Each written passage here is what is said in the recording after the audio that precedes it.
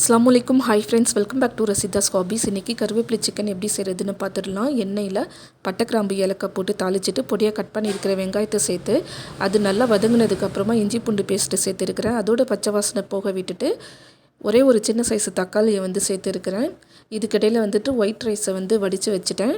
இந்த சிக்கன் கிரேவிக்கு கொஞ்சம் கூட சில்லி பவுடரே சேர்க்காமல் மஞ்சத்தூள், மல்லித்தூள், மிளகு ஜீரகத்தூள், கரம் மசாலா தூள் இது எல்லாத்தையும் சேர்த்துட்டு அதோட பச்சை வாசனை போனதுக்கப்புறம் சிக்கனும் அதுக்கு தேவையான அளவு உப்பையும் சேர்த்து நல்லா மிக்ஸ் பண்ணி விட்டுட்டேன்.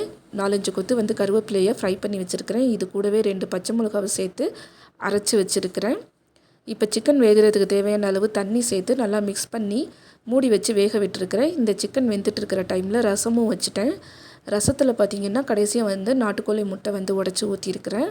இந்த ரசம் கூட இந்த சிக்கன் கிரேவி வச்சு சாப்பிட்றதுக்கு நல்லாயிருக்கும். இப்போ கடைசியாக நம்ம அரைச்சி வச்ச விழுதையும் சேர்த்து 10 நிமிஷம் நல்லா கொதிக்க விட்டதுக்கப்புறம் சிக்கன் ரெடி ஆகிடுச்சு.